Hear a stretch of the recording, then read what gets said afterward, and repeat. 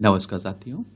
तो चलिए आज के दैनिक जागरण में क्या खास खबरें हैं उन्हें हम लोग एक एक करके देख लेते हैं। और याद रखिए दैनिक जागरण का राष्ट्रीय संस्करण है, तो इसमें आप लोगों को महत्वपूर्ण खबरें ही देखने को मिलेंगी। आपने देखा है कि नीट का मामला काफी अभी तूल पकड़ा हुआ है।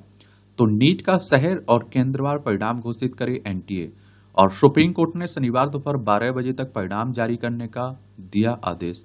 शीर्ष कोर्ट ने सरकार और एनटीए से परीक्षा में गड़बड़ी और लीक से संबंधित कई सवाल भी पूछे हैं, और सोमवार को फिर होगी सुनवाई और काउंसलिंग पर उसी दिन हो सकता है निर्णय। और आप देखिए नीट पेपर लीक मामले में पटना एम्स के 4 मेडिकल छात्र हिरासत में रहे। परीक्षा से जुड़ी कई और गड़बड़ियों की खुलेगी पोल।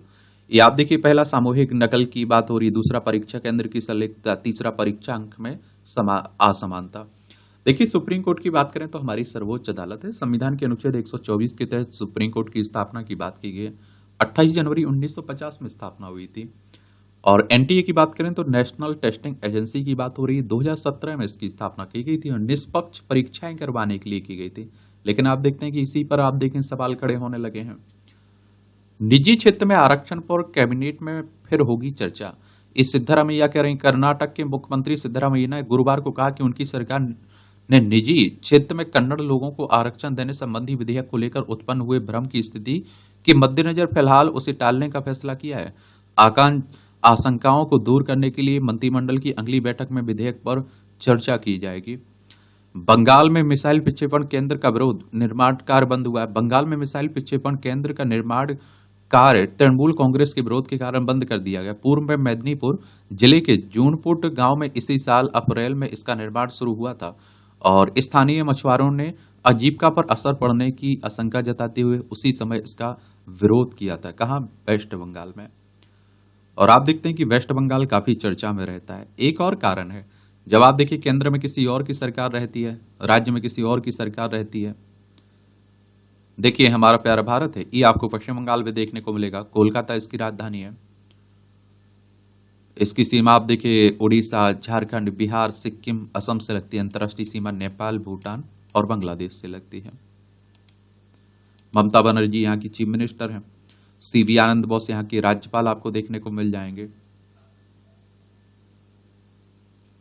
या विधानसभा में आप देखेंगे कि 294 सीटें हैं। राज्यसभा में 16 सीटें हैं, लोकसभा में 42 सीटें हैं। 88,752 वर्ग किलोमीटर में फैला हुआ है आपका पश्चिम बंगाल। लक्षद्वीप में 2 मिलिट्री एयरफील्ड बनाने को मंजूरी। भारत अपनी रक्षा क्षमताओं को तूफानी रफ्तार देने जा रहा है, लिहाजा भारत सरकार ने एक उच्च स्तरीय बैठक के दौरान लक्षद्वीप में 2 सैन्य वायु क्षेत्र मिलिट्री एयरफील्ड बनाने को मंजूरी दी है। केंद्र शासित प्रदेश लक्षद्वीप समूह के आखिरी द्वीप मिनिकॉय और भारत के पश्चिमी क्षेत्र अरब सागर के अगाती द्वीप में के मौजूदा मिलिट्री एयरफील्ड को विस्तार देंगे। देख लीजिए लक्षद्वीप, कावरवती आपको देखने को मिलेगा। कावरती, पुदुचेरी, ये अरब सागर आपको देखने को मिल रहा है। चंडीगढ़ डिब्रूगढ़ एक्सप्रेसवे की 3 बोगियां पलटी, 2 यात्रियों की मौत हुई है। लोको पायलट ने धमाके की आवाज सुनने के बाद लगाया इमरजेंसी ब्रेक।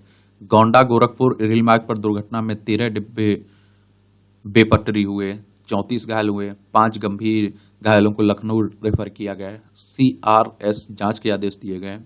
मृतकों के स्वजनों को 10 लाख रुपए व गंभीर घायलों को 2.5 लाख रुपए की मदद की बात हुई है। मैंने कहा ना आप लोगों से कि हमारे देश में जब कोई इस तरह का हादसा होता है तो एक फिर ऐलान होने लगता है मुआवजे का, जांच की बात होने लगती है, बड़ी बड़ी बातें होने लगती हैं। कुछ समय के बाद फिर भूल जाते हैं, फिर कोई नया रेलवे दुर्घटना होता है। विंड स्क्रीन पर फास्टैग नहीं लगाने वालों से वसूला जाएगा दोगुना शुल्क। वाहन के विंड स्क्रीन पर जानबूझकर फास्टैग नहीं लगाने पर तो ये जरूर राष्ट्रीय राजमार्ग प्राधिकरण ने इस संबंध में जारी दिशा निर्देश जारी किए हैं। देखिए इस तरह के जो निर्देश रहते हैं उन्हें पालन जरूर करना चाहिए। विवादित प्रशिक्षु IAS पूजा की मां मनोरमा गिरफ्तार हुए। अभी आप देखते हैं कि इनके फर्जी डॉक्यूमेंट की भी बातें हो रही हैं और फर्जी डॉक्यूमेंट बनवाने की बात में भी चल रही हैं। और आप देखते हैं इनकी मां किसानों को डराते हुए पिस्टल लिए हुए वायरल हुई थी ना, तो उन्हीं की बात हो रही है। अब आप देखिए अभी अगर आप लोग छात्रों से बात करिए जो यूपीएससी की तैयारी कर रहे होंगे, स्टेट पीसीएस की तैयारी कर रहे होंगे, बहुत बड़ी बड़ी बातें करेंगे, हम ईमानदारी के लिए उसके लिए। बाद में आप देखते हैं कि वहां जाते हैं तो लाट साहेबी दिखाने लगते हैं और हर जगह कोशिश करते हैं यहाँ से कुछ मिल जाए, वहां से कुछ मिल जाए। बहुत सारे की बात कर रहा हूं मैं। असम में मुस्लिमों को बाल विवाह की अनुमति वाला कानून होगा रद्द। राज्य की कैबिनेट ने असम निरस्तीकरण विधेयक 2024 को दी स्वीकृति। सीएम बोले बाल विवाह के विरुद्ध हर 6 माह में चलेगा विशेष अभियान। देखिए ये बात तो अच्छी बातें होनी चाहिए क्वेश्चन। देखिए असम की बात हो रही है, दिसपुर इसकी राजधानी है और आप देखेंगे इसकी सीमा पश्चिम बंगाल, मेघालय, त्रिपुरा, मिजोरम, मणिपुर, नागालैंड, अरुणाचल प्रदेश से लगती है। अंतर्राष्ट्रीय सीमा भूटान, बांग्लादेश से लगती है। हेमंत बिस्वा शर्मा यहाँ के चीफ मिनिस्टर देखने को मिलेंगे। और राज्यपाल की अगर हम लोग बात करें तो आप देखते हैं कि गुलाब चंद कटारिया हैं। विधानसभा में 126 सीटें हैं, राज्यसभा में 7 सीटें हैं, लोकसभा में 14 सीटें हैं। 78,438 वर्ग किलोमीटर में फैला हुआ है। और इस तरह की आप देखते हैं कि अब रुक जाना चाहिए बाल विवाह। आप देखते हैं कि बहुत पहले की कहानी थी ये, लेकिन कई जगह अभी भी देखने को मिलते हैं। ओमान तेल टैंकर हादसे में एक भारतीय की मौत हुई है। ओमान के समुद्र तट पर एक तेल टैंकर डूबने के हादसे में एक भारतीय की मौत हो गई, जबकि तेल टैंकर से बचाए गए 8 भारतीय नाविक तट पर पहुंचे हैं। दुकानों व ढाबों पर मालिकों के नाम लिखवाने पर विवाद। ये आप देखिए, पुलिस अधीक्षक डीआईजी ने कहा कांवड़ यात्रा मार्ग पर मालिक और काम करने वालों का नाम लिखने की फैसले में बदलाव नहीं है। जदयू प्रवक्ता केसी त्यागी और पूर्व मुख्यमंत्री अखिलेश यादव और मायावती ओवैसी ने जताया इसका विरोध। देखिए उत्तर प्रदेश की बात हो रही है, आप देखेंगे मुजफ्फरनगर में मीनाक्षी चौक के निकट फल विक्रेता ने लगाई अपने नाम की पट्टी।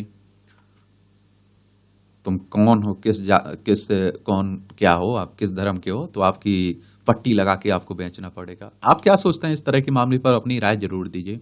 उत्तर प्रदेश की राजधानी लखनऊ है। अंतर्राष्ट्रीय सीमा नेपाल से लगती राज्यों में बिहार, झारखंड, छत्तीसगढ़, मध्य प्रदेश, राजस्थान, हरियाणा, हिमाचल प्रदेश, उत्तराखंड और दिल्ली से लगती है। योगी आदित्यनाथ यहाँ के चीफ मिनिस्टर हैं। विधानसभा में 403 सीटें हैं, विधान परिषद में 100 सीटें हैं, राज्यसभा में 31 सीटें हैं, लोकसभा में 80 सीटें आपको देखने को मिलेंगी। राष्ट्रीय राजधानी से जुड़ी खबरें हैं आपकी। जमीन की कमी के बावजूद इस साल दिल्ली में 67 लाख पौधे लगाने का लक्ष्य है।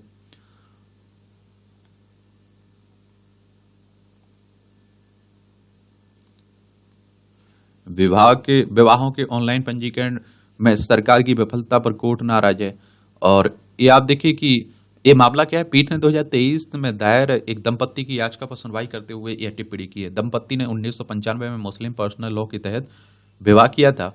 वे कनाडा में 2 बच्चों से मिलने जाने के वास्ते पेरेंटल वीजा के लिए आवेदन करना चाहते थे। हालांकि इस प्रक्रिया के लिए उन्हें कनाडा के वाणिज्य दूतावास में विवाह पंजीकरण प्रमाण पत्र जमा करना आवश्यक था। इसलिए उन्होंने दिल्ली विवाह का अनिवार्य पंजीकरण 2014 के आदेश में के तहत अपनी शादी को पंजीकृत कराने की मांग की है। दिल्ली एनसीआर के फ्लैट खरीदारों पर बैंक बिल्डर नहीं करेंगे कार्रवाई, कोर्ट कह रहा है। बार एसोसिएशन में महिलाओं के लिए 33% आरक्षण की बात हो रही है। एक बात और आपको बता दूं, देखिए आधी आबादी महिलाओं की है। महिलाओं को पीछे छोड़कर हम लोग आगे नहीं बढ़ सकते हैं। उन्हें भी उनके अधिकार मिलना चाहिए। और देखिए महिलाओं की क्या समस्याएं हैं, उनका समाधान किस तरह से हो सकता है, इसे महिलाएं ही बेहतर समझ सकती हैं। अच्छी बात है। बीमा कंपनी को मुआवजे जुर्माने के साथ क्लेम के भुगतान का आदेश दिया गया है। ये बीमा कंपनियां भी बड़ी चतुर होती हैं। आपने देखा होगा जब तक आप बीमा नहीं लेते हैं तब तक आपके पीछे पीछे फिरेंगी, और फिर बीमा वो निकलना होता है तो आप देखते हैं कि फिर हमें उनके पीछे पीछे फिरना पड़ता है। जीबीटी में मरीज की हत्या पर एनएचआरसी सख्त मांगी रिपोर्ट। केंद्रीय स्वास्थ्य मंत्रालय के सचिव, दिल्ली के मुख्य सचिव व पुलिस आयुक्त को भेजा नोटिस। मानव अधिकार आयोग की बात हो रही है यहाँ, इसके बारे में भी याद रखिएगा। मानव अधिकार आयोग के बारे में नई दिल्ली में इसका हेडक्वार्टर देखने को मिलेगा। 12 अक्टूबर 1993 में इसकी स्थापना हुई थी। नोएडा अंतर्राष्ट्रीय हवाई अड्डा में जमीन अधिग्रहण के लिए जारी किया गया फंड।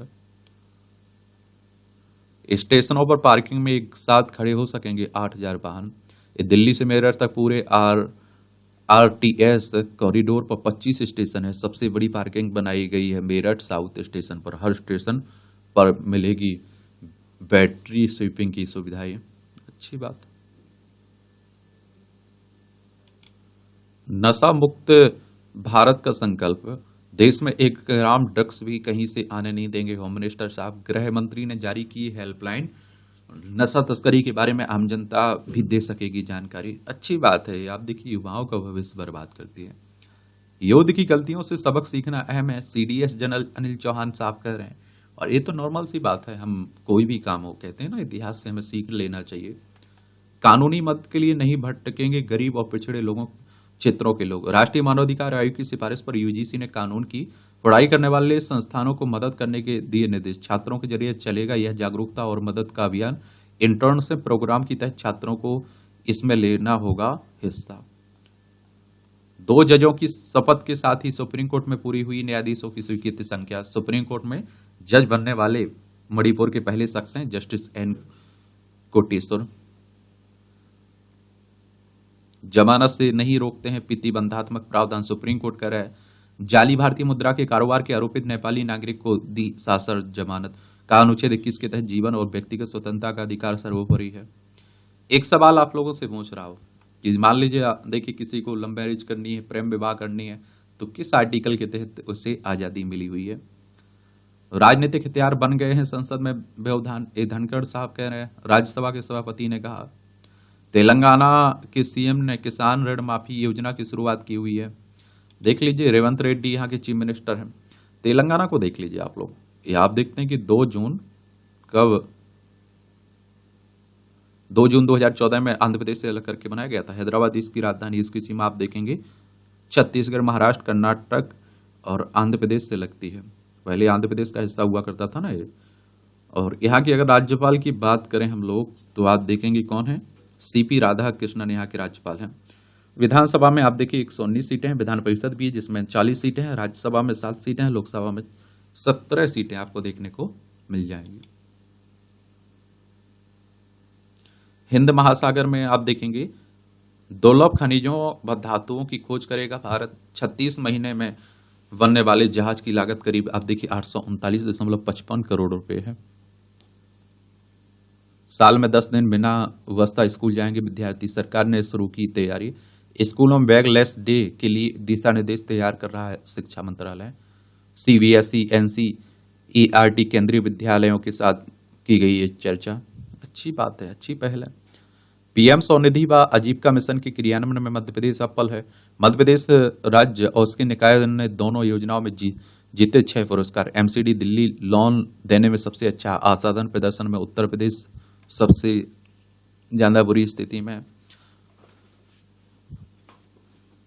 ये आप देखिए 1 जून 2020 को शुरू की गई थी पीएम स्वनिधि योजना। शहरों में आप देखते हैं कि रेडी और पटरी वालों को 80,000 रुपए तक का कर्ज उपलब्ध कराती है। अभी तक इस योजना के तहत 86 लाख कर्ज दिए जा चुके हैं, जिसके तहत कुल 11,680 करोड़ रुपए का कर्ज दिया जा चुका है। आजीविका मिशन गरीबों को स्वयं सहायता समूहों के जरिए जीवन यापन करने का अवसर देता है। इसके तहत अब तक 98 लाख परिवारों को सहायता दी जा चुकी है। देखिए, मध्य प्रदेश से भोपाल इसकी राजधानी हो गई। अंतर्राष्ट्रीय सीमा इसकी लखनऊ, उत्तर प्रदेश, राजस्थान, गुजरात, महाराष्ट्र, छत्तीसगढ़ से लगती। छत्तीसगढ़ पहले इसी का हिस्सा हुआ करता था। क्षेत्रफल में दूसरे स्थान पर है मध्य प्रदेश। और जब तक छत्तीसगढ़ हिस्सा था ना मध्य प्रदेश का, तब तक आप देखते हैं कि क्षेत्रफल में सबसे बड़ा राज्य हुआ करता था मध्य प्रदेश। अब दूसरे नंबर पर है, पहले पर राजस्थान है। विधानसभा में 230 सीटें हैं, राज्यसभा में 11 सीटें हैं, लोकसभा में 29 सीटें हैं। डॉक्टर मोहन यादव यहाँ की चीफ मिनिस्टर हैं। अब आप देखिए, राजनीति की बातें हो रही हैं। इलेक्शन कमीशन ऑफ इंडिया के बारे में जरूर याद रखा करिएगा। चलिए, आप लोग एक सामान्य जानकारी नीचे लिखिए इसके बारे में, ठीक है। बाकी राजनेता अपनी अपनी बयानबाजी करते रहते हैं, बोलते रहते हैं।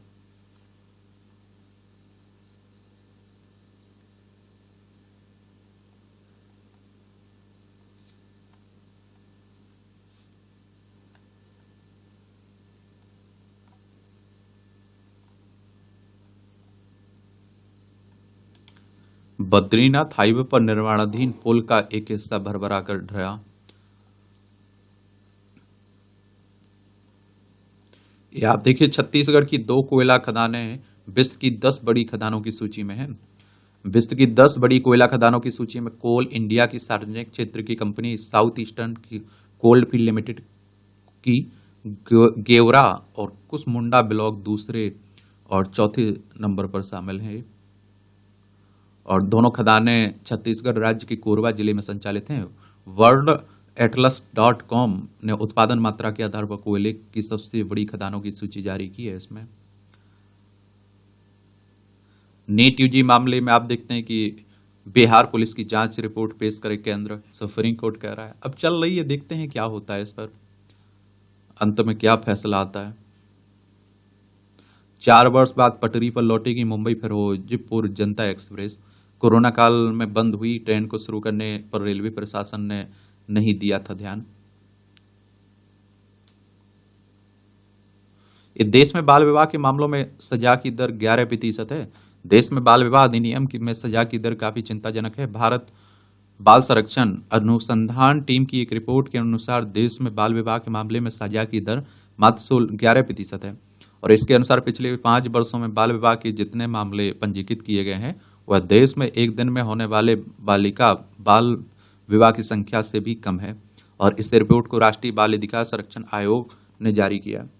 बाल अधिकार आयोग के बारे में भी याद रखा करिएगा, क्योंकि इससे भी क्वेश्चंस पूछ लेता है आपसे। इस तरह की जो ऑर्गेनाइजेशंस है ना, इनके बारे में क्वेश्चंस हर साल पूछे जाते हैं।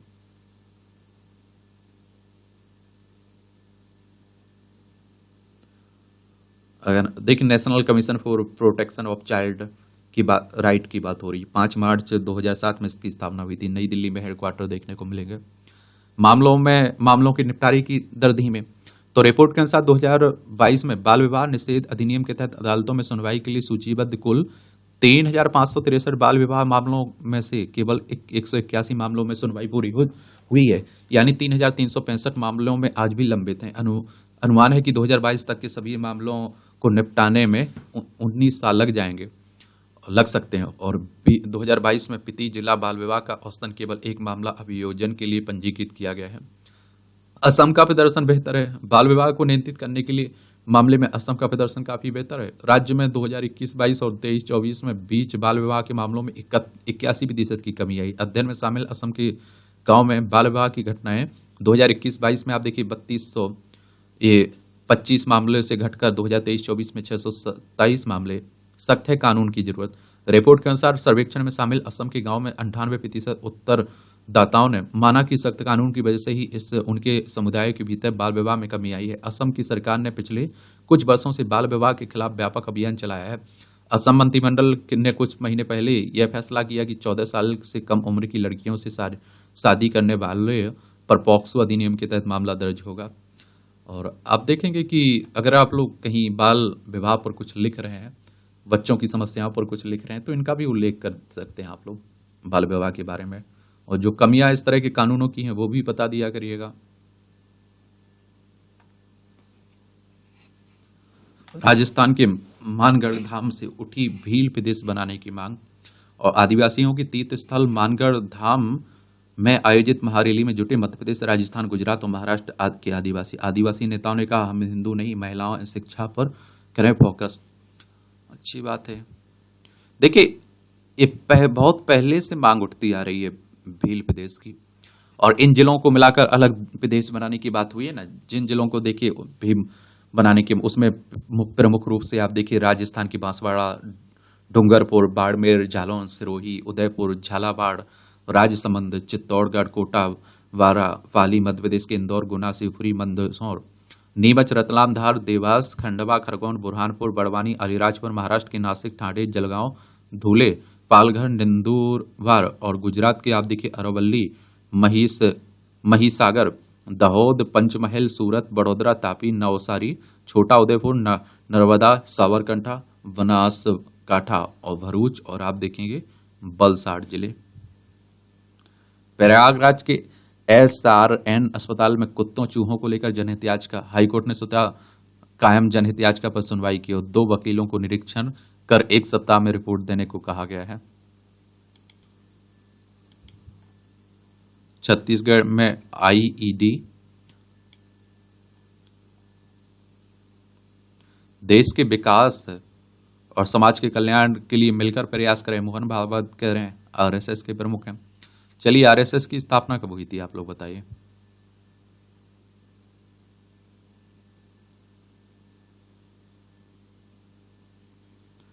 ये 17 साल बाद 3 लोगों के नाम जारी होगा मृत्यु प्रमाण पत्र। कलकत्ता हाईकोर्ट ने नंदीग्राम भूमि आंदोलन में 2007 से लापता 3 लोगों के नाम से मृत्यु प्रमाण पत्र जारी करने का आदेश दिया है।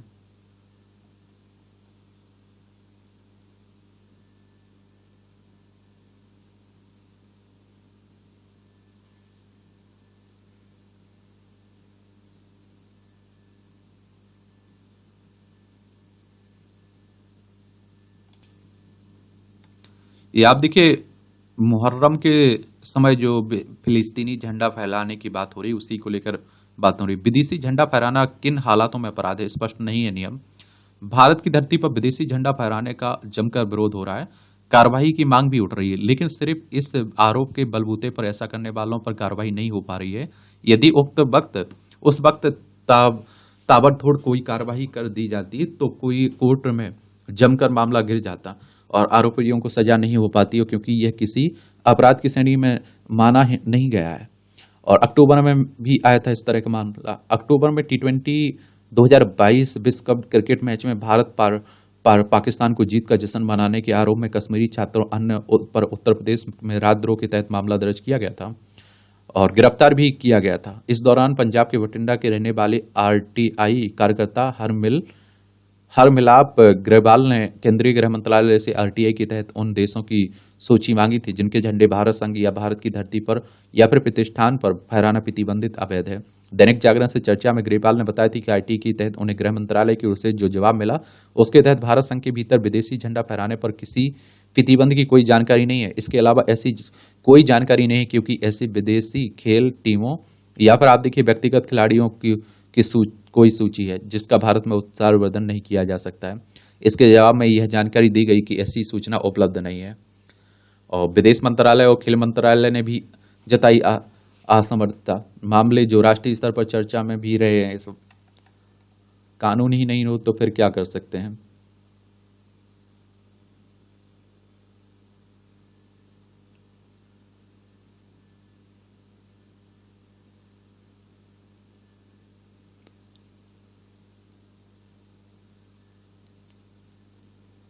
ये धोती पहने किसान को प्रवेश से रोकने वाला माल होगा 7 दिन के लिए बंद।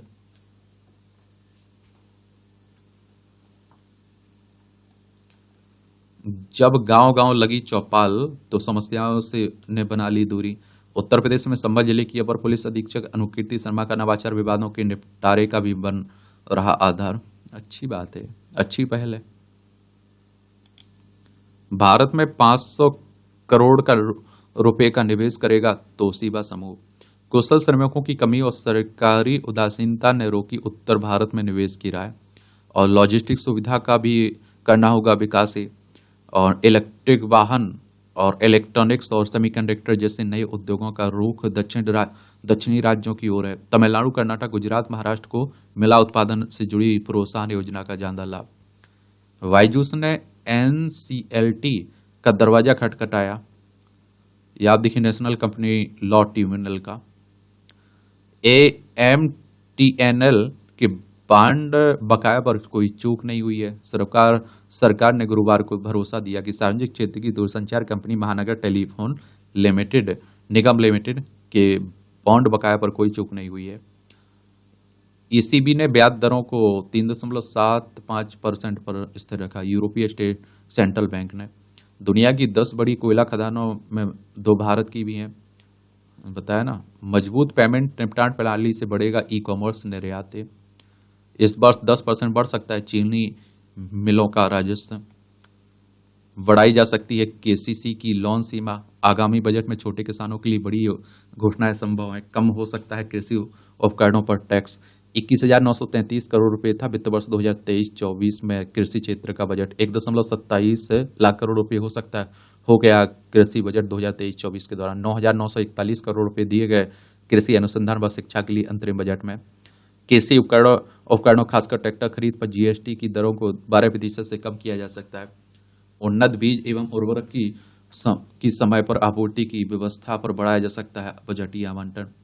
अंतरिम बजट में ज्यादा राशि का आवंटन की बात हुई थी और नैनो व जैव उर्वरकों पर मिल सकती है सब्सिडी। देखिए, बजट की अगर हम लोग बात करें तो वार्षिक वित्तीय विवरण की बात हो रही है। संविधान के अनुच्छेद 112 में आप लोग पढ़ेंगे तो इसकी बात की गई है। बजट शब्द का उल्लेख नहीं है, याद रखिएगा। इलेक्ट्रॉनिक्स पार्ट्स का उत्पादन बढ़ाने के लिए वित्तीय मदद।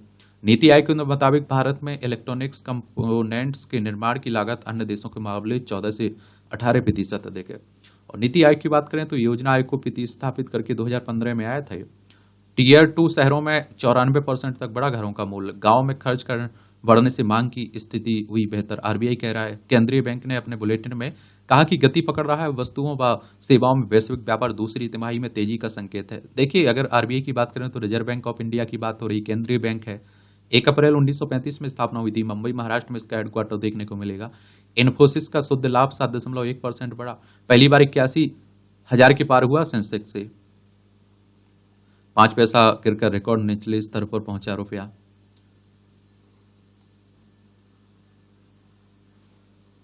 ये अंधश्रद्धा को बढ़ावा देना गुनाह है, आनंदीबेन पटेल कह रही है। अंधविश्वास बटोरने के खिलाफ कानून बनाने को सुप्रीम कोर्ट में याचिका। देखिए, प्यार के बीच आया बेटा तो माँ ने कर दी हत्या। अब आप समझ सकते हैं कि कितना इंसानियत आगे बढ़ रही है, किस हिसाब से इंसानियत की बातें हो रही हैं और तरक्की की बातें हो रही हैं। ये आपकी अंतर्राष्ट्रीय खबरें हैं। और एक तरफ आप देख रहे हैं, ये रूस है, ये यूक्रेन है, ये हमारा प्यारा भारत है, या इजराइल आपको देखने को मिल जाएगा। रूस से ऊर्जा सहयोग को लेकर भारत का पर दबाव डालना चलिए, ये सब चल रहा है। अंतर्राष्ट्रीय स्तर पर बड़ी बुरी स्थिति है। बाइडन कोरोना संक्रमित, राष्ट्रपति पद की दौड़ से हटने का बढ़ रहा है इन पर दबाव।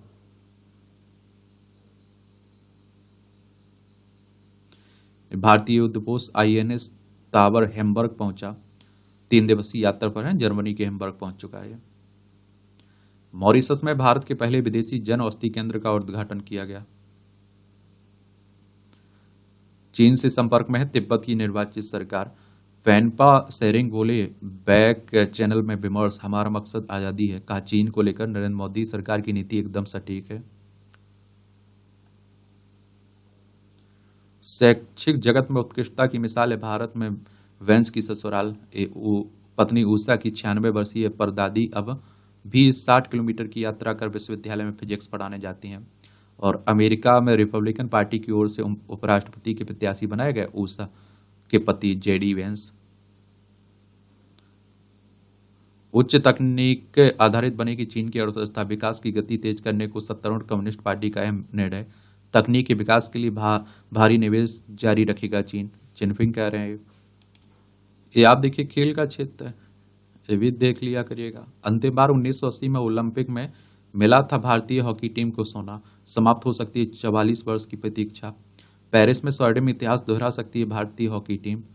ये आप देखिए, 2008 में बीजिंग ओलंपिक भारतीय हॉकी के इतिहास का सबसे काला पन्ना था, जब 88 वर्ष में पहली बार भारतीय क्वालिफाई नहीं कर सका था भारत। 5 दशकों तक रहा स्वर्णिम काल। ये 1928 में पहली बार स्वर्ण का स्वाद चखने के बाद 1932-1936 में भारतीय हॉकी टीम ने स्वर्ण पदक जीता था, अपने नाम किया था। इसके बाद द्वितीय विश्व युद्ध के बाद ओलंपिक खेलों की वापसी के बाद भारतीय हॉकी टीम ने 1948, 1952, 1956 में लगातार 3 स्वर्ण जीते। भारत ने 1964, 1980 में भी स्वर्ण पदक अपने नाम किए थे, परंतु इसके बाद से टीम हॉकी में गोल्ड नहीं जीत पाई। हालांकि टोक्यो ओलंपिक में टीम ने जिस तरह से कांस्य पदक जीतकर हॉकी में देश की भावना को जीवंत किया, उसके बाद स्वर्ण पदक की संभावना और महत्वाकांक्षा दोनों बढ़ गई है। पेरिस पुलिस ने सीन नदी को किया सील।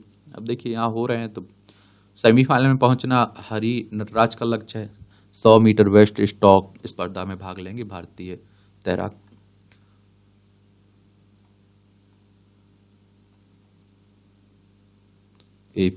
आप देखते हैं कि चिर प्रतिद्वंदी पाकिस्तान को पटकनी देने उतरेंगी भारतीय बेटियां। चार धाम समेत प्रमुख मंदिरों से मिलते नामवर ट्रस्ट का अन्यत्र नहीं होगा प्रयोग। निर्धारित न्यूनतम से कम सजा पर सत्र न्यायाधीश से मांगा गया स्पष्टीकरण। मध्य प्रदेश हाईकोर्ट ने। सरकार ने लक्षद्वीप में 2 मिलिट्री एयरफील्ड बनाने की मंजूरी दी है ना, जो होता है।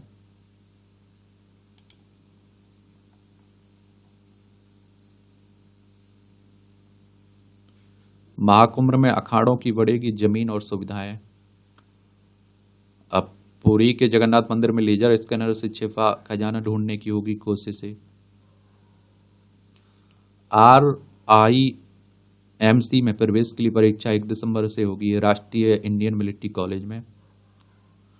और बाहर से खरीदे आवेदन पत्र व फोटो की कॉपी स्वीकार नहीं है। फॉर्म स्पीड पोस्ट से मंगाने की भी सुविधा है इसमें। चलिए, ये भी रहता है। अब आप देखिए, उत्तराखंड में आप पर्यटक ऑनलाइन बुक कर सकते हैं होम स्टे। देश की 14 प्रमुख वाणिज्य बैंकों का किया गया राष्ट्रीयकरण। 1969 में आज ही भारत की तत्कालीन प्रधानमंत्री इंदिरा गांधी ने बैंकिंग कंपनीज ऑर्डिनेंस जारी कर 14 प्रमुख वाणिज्य बैंकों का राष्ट्रीयकरण किया गया था। इन बैंकों के पास उस समय देश की लगभग 85% जमा राशि थी। आर्थिक कठिनाइयों से उबरने के लिए यह फैसला लिया गया था। अंतरिक्ष मिशन के लिए पहली शिक्षक बनी मैक आलिफ। 1985 में आज ही क्रिस्टा मैक आलिफ नासा की टीचर इन स्पेस प्रोजेक्ट के तहत अंतरिक्ष मिशन के लिए चुनी जाने वाली पहली शिक्षक बनी थी। 11,000 से अधिक आवेदकों में से उनका चयन किया गया था। 28 जनवरी 1986 को अंतरिक्षयान चैलेंजर में विस्फोट होने से उनकी मृत्यु हुई थी। स्वतंत्रता संग्राम में मंगल पांडे ने चलाई थी पहली गोली।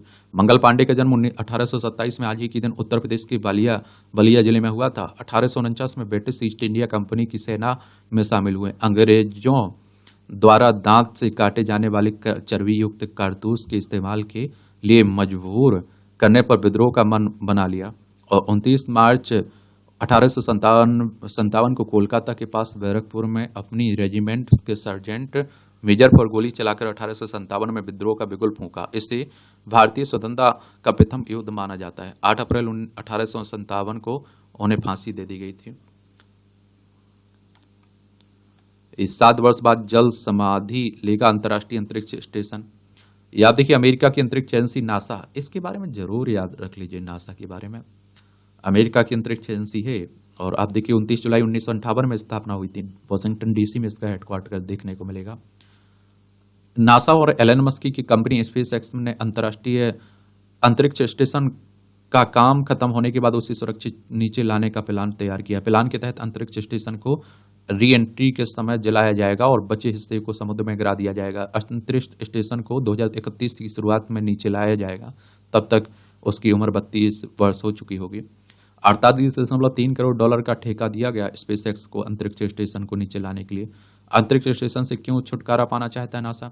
अंतरिक्ष स्टेशन पहले ही पुराना होने के संकेत दे रहा है। रूस और अमेरिका ने 1998 के अंत में इसका पहला पीस लॉन्च किया था और 2 वर्ष बाद अंतरिक्ष यात्री अंतरिक्ष स्टेशन में पहुंचे। यूरोप और जापान ने अपने सेगमेंट जोड़े और कनाडा ने रोबोटिक आर्म्स मुहैया कराए। 2011 में जब नासा की शटल रिटायर्ड हुए तब स्टेशन एक फुटबॉल के मैदान के आकार का हो गया था और जिसका द्रव्यमान मास लगभग आप देखिए 4,30,000 किलोग्राम था। नासा का अनुमान है कि यह स्टेशन कम से कम 2030 तक चलेगा।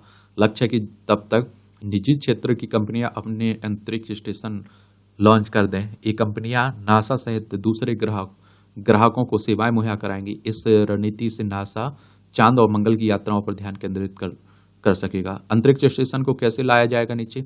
समय समय पर अंतरिक्ष में जाने वाली अंतरिक्षयान अंतरिक्ष स्टेशन को सहारा देते हैं जिससे यह करीब 420 किलोमीटर ऊंचाई पर एक कक्षा में बना रहे।